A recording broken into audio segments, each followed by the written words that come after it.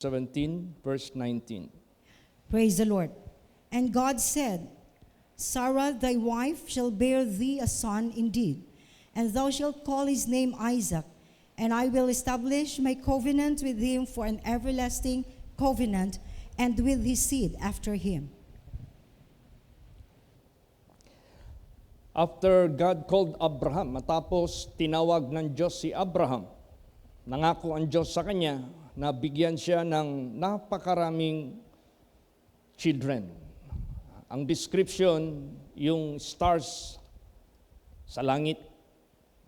Kung gaano karami yung mga bituin na hindi mabibilang at kung gaano karami ang buhangin sa tabing dagat na hindi kayang bilangin, ganyan karami ang kanyang magiging seed or children. At ito po ay in-establish ng Diyos kay Isaac. Bakit hindi kay Ismael? We cannot question that. Because God promised to Abraham, to his wife, Sarah. And God said, Sarah thy wife shall bear thee a son indeed, and thou shalt call his name Isaac, and I will establish my covenant with him for an everlasting covenant. Ito po'y everlasting covenant. Kapag sinabi mong everlasting covenant, the effect, the outcome, the result is eternal, everlasting. So, hindi lang ito tumutukoy dito sa temporal nating pamumuhay, tumutukoy ito lalot na sa kabilang buhay sa ating eternity. Yan ang covenant ng Diyos. Ngayon, sinubukan nung nanganak na si Sarah kay Isaac, sinubukan ng Diyos si Abraham. Alam mo anong pagsubok? Pinapa-offer sa kanya yung kanyang only beloved son, Isaac, na kung saan doon naka-hook up ang pangako ng Diyos for an everlasting covenant. Sabi ng Diyos kay Abraham, Abraham, i-offer mo as burnt offering ang iyong only begotten son or only beloved son. Go to Mount Moriah. So early in the morning, diyan mo makikita na si Abraham never murmured, never complained, never resist. Masakit yun. Mahal mo na anak. Alam mo yung mga aged na mga parents, pag nagkaanak sila at their old age, iba yung ano nila eh.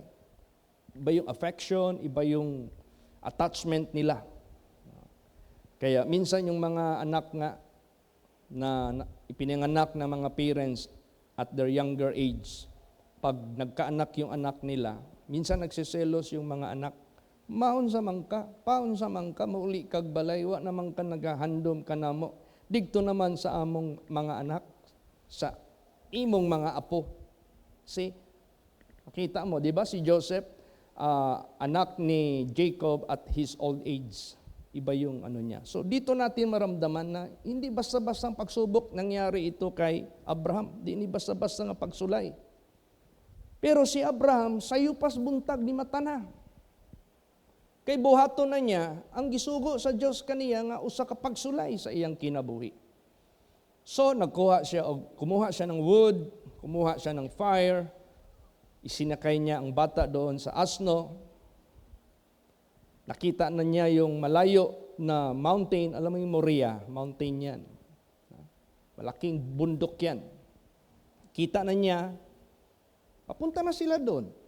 Nagtanong ngayon yung anak, Pa, we have the fire, we have the wood, but where is the lamb na ating i-sacrifice o i-offer as burnt offering? Hindi naman alam ni Isaac yun eh. Si Abraham lang nakakaalam noon, but Abraham will do as God. Gagawin nyo ni, andam kag battery. Okay. So, alam niya yun. Mag-change battery muna ako.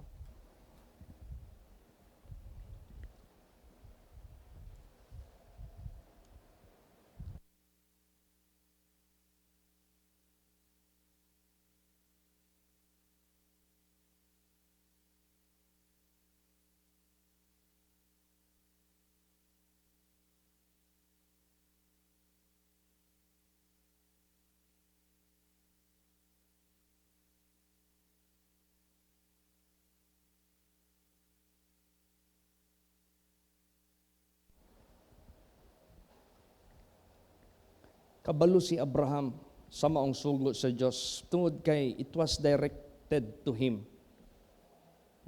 Dinirekta ng Diyos sa kanya. So anong sagot ngayon ni Abraham sa anak niya? Para hindi halatado na siya pala yung i-offer. Basahin natin. Genesis 22 verse 8. Praise the Lord. And Abraham said, My son, God will provide himself a lamb for a burnt offering. So they went both of them together. Yan. Yan ang sabi ni Abraham, anak ko, God will provide himself a lamb for a burnt offering. So, tuloy na sila. So, ginawa ngayon ni Abraham, gumawa siya doon ng altar, gumawa na siya doon ng mga kahoy para doon niya ipatong si Isaac. Tinalian na niya si Isaac, nilagyan na niya doon sa altar as a burnt offering. Then, he's about to strike, to kill, and make him as burnt offering. Yung pala, test lang sa kanya ng Diyos. So, merong tinig na nagsalita. Basahin natin. Genesis 22 verse 12. Praise the Lord. And he said, Lay not thine hand upon the lad, neither do thou anything unto him. For now I know that thou fearest God, seeing thou hast not withheld thy son, thine only son, from me. Ayan. You see, kinuha lang ng Diyos yung kanyang obedience, whether he will obey or not. Ganon din sa buhay natin. Ang Diyos, nagatanaw ka na to. Kung asa atong obedience sa iyang mga commandments sa atong kinabuhi. Kung kana makita sa atong buhing Diyos, iyag yun tumano ng iyang gisaad. Pisang unsa pang iyang isaad, temporal man or eternal. Praise the Lord. So, ganon ang nangyari. Hindi natuloy because it was just a test from God. Yung sinabi ni Abraham, God will provide. Bakit sinabi ni Abraham, God will provide? Kasi nakatatak sa isip ni Abraham at sa puso ni Abraham na ito si Isaac. Doon ang promise ng Diyos sa kanya. Sa kay Isaac for eternal promise na paramihin ang kanyang binhi. Kaya si Abraham hindi nawalan ng pananampalataya sa Diyos, hindi nawalan ng pag-alinlangan sa pangako ng Diyos sa kanyang buhay. Kaya ganun tayo. Ano mang mga pangako ng Diyos sa buhay natin, will it be temporal and eternal? Tandaan natin lagi yan. At kung may pagsubok man sa buhay natin, huwag tayong matinag. Mas higit ang kanyang salita na tutuparin niya. Ano mang pagsubok sa buhay natin, huwag tayong matinag. Lagi nating ilagay sa isip, sa puso, that He is faithful that promise. Kasi ang tinitingnan lang ng Diyos sa atin, whether we obey or not.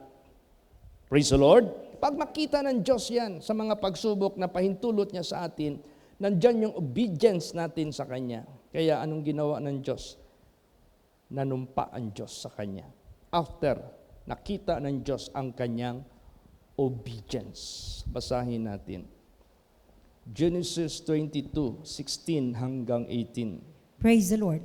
And said, By myself have I sworn, saith the Lord, For because thou hast done this thing, and hast not withheld thy son, thine only son, that in blessing I will bless thee, and in multiplying I will multiply thy seed as the stars of the heaven, and as the sand which is upon the seashore, and thy seed shall possess the gate of his enemies, and in thy seed shall all the nations of the earth be blessed, because thou hast obeyed my voice. Yan ang blessing ng Diyos. Dahil sa pagsunod ni Abraham at dahil sa pananampalataya ni Abraham sa promise ng Diyos sa kanya, doon sa kanyang anak. Pero bagamat hiningi ng Diyos, i-offer niya ang kanyang anak, hindi niya gi-withhold dahil hinihingi ng Diyos na nagbigay sa kanya. At doon nakita ng Diyos ang kanyang submissiveness, ang kanyang faith na walang pag-alinlangan. So ganoon din sa buhay natin. Minsan binibigyan tayo ng Diyos, minsan i-ask niya kunin para sa kanyang kaluwalhatian, para sa kanyang gawain. Minsan test yan sa buhay natin, whether we withhold it or not. But kung sa buhay natin, atin niyang hindi i-withhold, diyan makita natin ang Diyos, makapanumpa ang Diyos sa atin, na gaano natin siya pinakitaan ng love and obedience, sacrifice sa para sa kanyang pangalan. Makapanumpa gyud ang Diyos nga i-bless gyud ta sa atong buhing Diyos. Amen. Praise the Lord. Yan ang nangyari kay Abraham. He obeyed his voice. Alam mo yung lamp na yan na nasabit yung kanyang sungay. Yun yung inoffer ni Abraham. Basahin natin yan. Genesis 22 verse 13. Praise the Lord. And Abraham lifted up his eyes and looked, and behold, behind him a ram caught in a thicket, and his horns. And Abraham went and took the ram and offered him up for a burnt offering in the stead of his son. Yan. Alam mo itong Old Testament, napakalaking aral ito. Alam mo ang Bible at ang mga pangyayari from the start till the end, that is already ordered by God. That is already predestined by God na mangyayari lahat yan. Kaya nga sabi niya, He can declare the end from the beginning. And the things that are not yet done, even the things from the ancients, kaya niyang i-reveal ang lahat. Alam mo itong lamp na ito, si Jesus Christ ito, sa New Testament. Yung sinabi, behold the lamp of God which taketh away the sins of the world. Yung blood ng lamp na yan na nangyari sa Exodus, when I see the blood, I will pass over you. Yan na yung nangyari kay Lord Jesus Christ as a lamp of God na naging nangyari during the Passover. The death of Jesus Christ happened in Passover na kanilang celebration or commemoration nila as by God in the Old Testament. Tapos yung kung saan nag-offer si Abraham sa Mount Moriah, doon din napako si Jesus sa bundok ng Mount Moriah na yan. Praise the Lord. Kung saan yung Mount Moriah na yan, doon din itinayo ang Temple of Solomon na doon nag-o-offer ang mga priest ng burnt offering. Kasi sa panahon ni Abraham, wala pa yan, kawanangan pa yan. Wala pang address noon na Tel Aviv, wala pang address doon na Jerusalem, wala pa yan, ano pa yan? Wala pang katao-tao yan. Pero tingnan mo, ang ginawa ng ating Panginoong Diyos, natupad ang lahat. Kaya, nanumpa ang Diyos kay Abraham. Hindi niya in-spare yung anak niya. Ganon din ang Diyos. Hindi niya in-spare ang kanyang anak na ipinangako niya. Basahin natin. Romans 8:32. Praise the Lord. He that spared not his own son, but delivered him up for us all, how shall he not with him also freely give us all things? Yes. He spared not His own Son, but delivered Him up for us all. Tingnan mo, naalala niyo yung saying ni Jesus na sinabi niya, my God, why hast thou forsaken me? Did God forsook Him? Yes. Why? He is a sacrificial lamb which God cannot fail to fulfill. Kaya hindi siya niligtas ng Diyos. He was delivered. He was not spared by the Father. He spared not His Son. Praise the Lord. So ibig sabihin yan, for God so loved the world that He gave. Binigay na siya, hindi na siya binakwi. Kaya nga laging lumalabas sa bibig ni Jesus nung hinarap siya kay Pilato, na gusto ni Pilato, palayain siya. Di ba? Meron siyang intention palayain siya. Kasi laging lumalabas sa bibig ni Pilato, I found no fault in this man. Plus, sinabihan pa siya ng asawa niya, I got dream about that person. He is a just man. He is not worthy of death. Pero ang sabi ni Lord Jesus Christ, kung hindi ito pahintulot sa langit na mangyari sa akin, wala kayo lahat kapangyarihan sa akin. Lahat ito mangyari dahil sa nakasulat about me, na He must die. Diba? He was forsaken by God. God spared not His Son, but He delivered Him for us all. Praise the Lord. Ganon. So yan ang act of love sa Diyos. So ngayon, tingnan din natin yung sarili natin. Shall we also do such same way? Basahin natin. 1 John 4:19. Praise the Lord.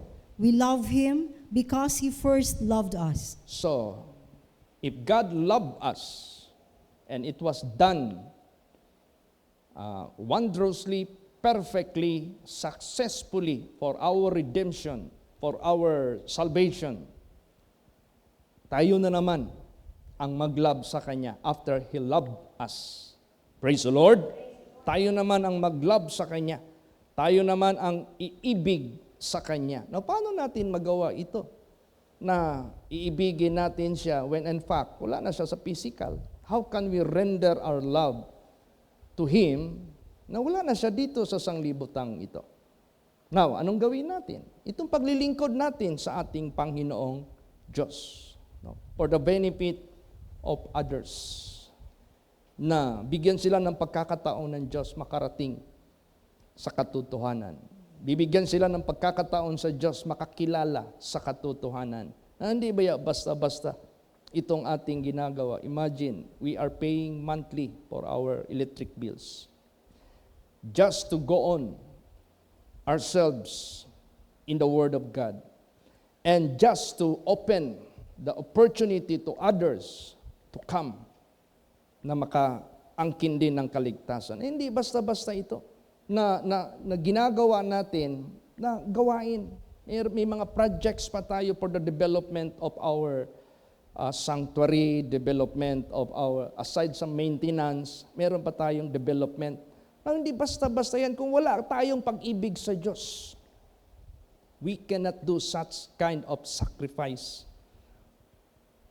sa paggawa natin. Pero kung isipin natin, hindi man din natin ito magagawa kung hindi din ito pahintulot ng Diyos na kaya natin gawin. Kaya yung inawit natin kanina, Jesus is all the world to me, my strength. Alam mo kung hindi tayo bigyan ng lakas ni Jesus, hindi tayo makatayo. Hindi tayo makalakad, hindi tayo makabangon. Wala. So binigyan tayo ng lakas ng Diyos para makalakad, makabangon, makatrabaho. At kahit magtrabaho tayo, kung hindi yan i-bless ng Diyos, wala rin tayong magagawa. So, ibig sabihin yan, we have something from God and we have something to offer to God. So, yung action natin na pag-offer para sa gawain ng ating Panginoong Diyos, isa itong test sa buhay natin. Whether we will do it voluntarily, willingly, out of our love para sa Kanya, or hindi ba, o atin ba itong i-spare? See? So, basahin natin. 1 John 3:16. Praise the Lord. Hereby perceive we the love of God, because He laid down His life for us, and we ought to lay down our lives for the brethren. Yan. Naintindihan natin ang pag-ibig ng Diyos. Of course, through His gospel, through His truth. Dahil binigay niya ang kanyang buhay para sa atin, tayo na naman ang magbigay ng ating buhay para sa ating mga kapatiran. Praise the Lord. Alam mo itong paglilingkod natin sa Diyos. Kaya tingnan mo yung Acts 16:31. Pag ikaw naniwala sa Diyos at nagpatuloy ka, maligtas ka, at ginagawa mo yan, hindi lang para sa self mo. Ginagawa mo yan for the benefit of your family, of your household. Kaya nga sinabi diyan, believe in the Lord Jesus Christ and you will be saved and your house. So yung ating pagpatuloy, pagpadayon sa atong pagtuo nga nabatunan, pinaagi sa Ebanghelyo ni Kristo, nga maoy nagbag-o sa atong kinabuhi, from sin to righteousness, from darkness to light, from worldliness to holiness, para lang tayo maging worthy, makapasok sa kanyang kaharian, sa ating pagpapatuloy, hindi lang sa atin ito. Ginagawa din natin ito sa ating mga brethren. Kaya nga sabi ni Jesus, I sanctify myself that they might be sanctified. What is the purpose of sanctification? Salvation. That they might be saved also through sanctification. Kaya, maging chain reaction yung blessing ng Diyos. Abraham received the blessing of God. Abraham blessed his seed, Isaac, and God will bless the rest of his generation. So ito na ngayon sa buhay natin. Kailan man tayo kukunin ni Lord Jesus Christ, patuloy lang tayo sa ating paglilingkod sa Diyos, and whatever blessing we receive from God and what is God will ask us to do, just give it. Release it. Praise the Lord. Release it. Ikaw naman nakakaalam sa kakayahan mo eh. Ikaw naman nakakaalam sa capacity mo eh. Kaya nga tingnan mo yung mga pledges natin, hindi magkapariho. Kasi depende yan sa iyong capacity. Whether big or small, it doesn't matter. But what is important, we do sacrifice for God's glory and for God's honor. Amen? Praise the Lord. Imagine nakatagal tayo, ilang taon na tayo naglilingkod sa Diyos. Over and over again, nagagawa natin ang pagserbisyo sa Diyos. So nagawa natin yung pag-ibig natin sa Diyos. As He laid down His life for us, we ought to lay down ourselves for the others. Sa panahon ni Paul, bakit na-establish ang mga kongregasyon? Dahil ang mga members nag-sacrifice, nagbuwis din ang buhay nila.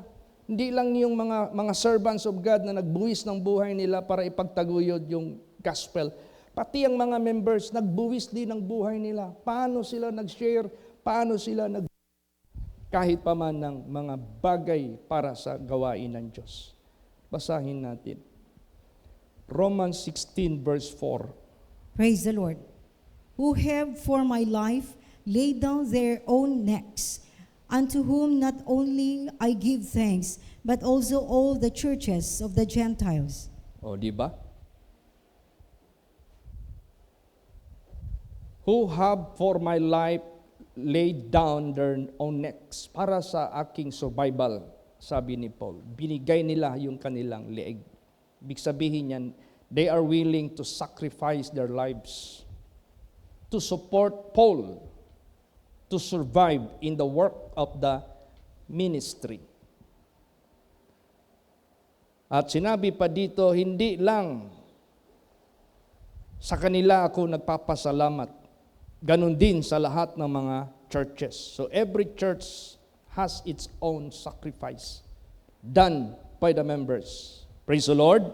Lahat ng mga churches, may mga sakripisyo din ginawa ang mga members para lang ma-sustain ang work of the ministry. They do sacrifices for this work of the ministry. So, ganun din sa buhay natin. Each of us offering our lives to God. Basa pa, Philippians 2:17. Praise the Lord.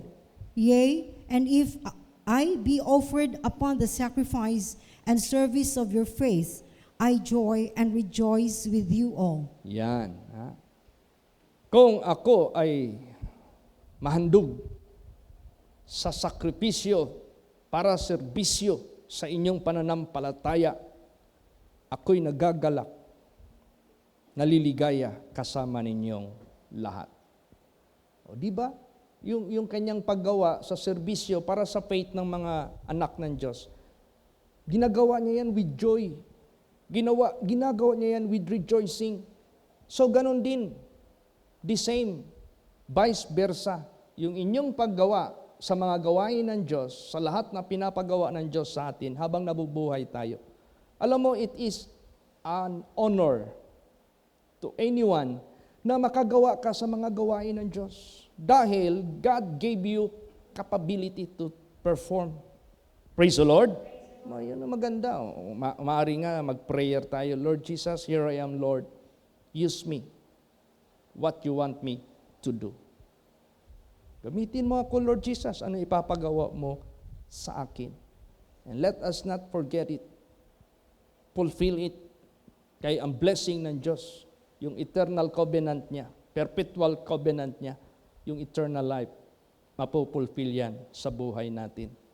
Hindi yung nangako ka sa Diyos, magpagamit ka niya, pag i-bless ka na sa Diyos, you turn away from following God, you turned away from loving God, you turned away from worshiping God.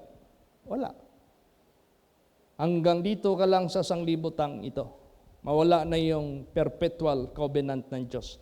Mawala na yung eternal covenant ng Diyos. Hanggang mahulog doon sa what shall it profit a man even though you gain the whole world and yet you lose the opportunity to be saved because you disobey God. Because di ka na sumunod sa kanyang salita. So yan ang importante sa buhay natin. Habang sumusunod tayo sa ating Panginoon Diyos, God bless us. Habang binibless tayo ng ating Panginoon Diyos, we have the opportunity to give, to share, and to perform for God's glory and for God's honor. Praise the Lord. Gawin natin yan ng buong puso. Tularan natin si Abraham. He never spared the blessing which God gave to him. So dahil sa paglilingkod ni Paul, sabi niya, yea, if I be offered upon the sacrifice and service of your faith, I rejoice with you all. Kaya, napaka-importante. Minsan, ang mga anak ng Diyos, yung bang sa panahon ni Pastor Samuel Gabre, sometimes they are near to death. Yung pagkrusada ni Pastor, minsan, grabe ang gutom, grabe ang init, grabe ang layo ng hiking. Minsan, maka-encounter pa sila ng mga mangkukulam. Minsan, maka-encounter pa sila ng mga case-to-case based na mga taong killers. Hindi basta-basta. Sometimes, halos mamamatay ka na sa paggawa ng Diyos. But, never mind. Huwag nating isipin yan. Nangyari din yan sa panahon nila. Basahin natin, last verse, Philippians 2:30. Praise the Lord. Because for the work of Christ, he was nigh unto death, not regarding his life, to supply your lack of service toward me. Yan. Imagine ha? For the work of Christ, he was nigh unto death, not regarding his life, to supply your lack of service toward me. Para lang suportahan, supplyan ang inyong mga kakulangan sa serbisyo sa Panginoon. Pag sinabing toward me, a servant of God, sa Panginoon nyo yan nire-render. Hindi nyo yan nire-render sa tao. Tayo lahat. Gagawa ako ng serbisyo para sa inyo. Hindi ko naman ito ine-expect na kayo ang mag-bless sa akin. Ine-expect ko yung ating master. So ganun din. Nagserbisyo kayo para sa gawain ng Diyos. Ginagawa nyo yan doon sa pangalan ng ating Panginoong Kristo. So lahat tayo, we are doing loving God. Pero atin itong ginagawa at the same time sa ating kapwa. Praise the Lord. Yun na yung sinabi ni Lord Jesus Christ, well done thou good and faithful servant. Tapos minention niya yung ginawa mo sa iyong kapwa. As you have done this to your fellow, to your brethren, to your neighbors, you have done it unto me. So this is how we do loving God. Praise the Lord. So walang magmurmur, walang mag-complain, walang mag-question, walang magdabog. Sige daw, mag-question tayo, magdabog, magmurmur tayo. Ikaw man lang binigyan ng Diyos ng kakayahan, alam mo naman yung kakayahan mo kung ano yung kakayahan mo. Praise the Lord. It is out of your own willingness. Do it with joy. Do it with gladness. Masaya ang Diyos na tumitingin. As God gave us the opportunity to abound in the works of the Lord, therefore, do it with joy. Gawin natin na may kasayahan. At huwag tayong magbilang. Huwag tayong mag-ihap ba? Pilay nahatag nimo, unsay nahimo nimo. No. I-consider na natin, this is already non-stop. May stop lang ito pag kunin na tayo ni Lord Jesus Christ. Kasi ang purpose natin yan, we are investing up there in heaven. Praise the Lord. Nag-i-invest tayo dyan sa karya ng Diyos. If this is being misinterpreted by others, tapos magsalita siya sa atin, ay pinipirahan lang kayo niyan, pangwartahan lang mo, anak. We have the Holy Scripture. We have the truth of God. We have the direction. We have the commandment from God. We have the spiritual wisdom. We have the understanding. Sino pa palang i-render? Saan pala natin i-render yung pag-ibig natin? Na ibinigay na niya ang lahat ng opportunity sa atin. Di ba doon sa Panginoon? Praise the Lord. The whole world might despise us in doing such things, loving God, offering ourselves everything what we have from Him. The people may brand us fools, mga mangmang kayo. Never mind. Basta hindi ka lang naging mangmang para sa sanglibutan. Naging mangmang ka para sa Panginoon. Kaya nga sabi ni Paul, for the preaching of the cross is to them that perish foolishness, but for us it is the power of God. So to God be the glory.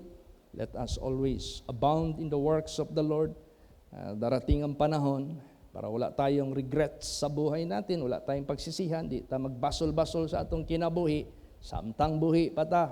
Buhato na nato ang atong obedience, sa ang atong pag-offer unsa may gihatag sa Dios sa ato para sa iyang kahimayan ug kadungganan. Kay kung kuhaon na ta sa atong Ginoong Kristo, wala na. That's over. You are waiting. Ang giingon din sa Bible, blessed are the dead who died in the Lord, because they rest from their labor and their work follow them. So yung works natin dito, hindi yan maging void, hindi yan maging no point, hindi yan maging useless. That will follow. Meaning to say, that will be the base of our reward up in heaven. God be willing, ngayong linggo ng gabi, meron akong funeral service na i-render. Ang pinaka-best friend ng nanay ko, na si Manang Flory, passed away already. Months lang ang gap nila sa age nila. So kanina pumunta ako. Madadaanan ko, papunta ka na Bradlito. Pag uwi ko, dinaanan ko dyan. Nag-interview ako. Ikaw may anhi ko dere para karong Domingo, di na ko mawala. Kay last night vigil ngayong Sunday. Kumusta? Unsa man ni ilahang pag-uban ni nanay o inyong mama? Ay, pastor, gagmay pa na sila, elementary pa na. Nag-uba na sila diya sa ulas. So ito pala si Nang Flory at saka si nanay ko, childhood pala ang kanilang banding. Dumating ang panahon, huminto ang nanay ko sa pag-aaral kasi walang magastos yung tatay niya. Kasi yung tatay niya, gala-gala, bihira lang mag-uwi. Si lola ko, maglalako ng suman. Hindi nakapag-aral yung nanay ko. Alam mo anong ginawa ni Nang Flory dahil sa kanyang closeness kay nanay? Kung muundang ka giskwela, muundang po ko. Undang siya giskwela.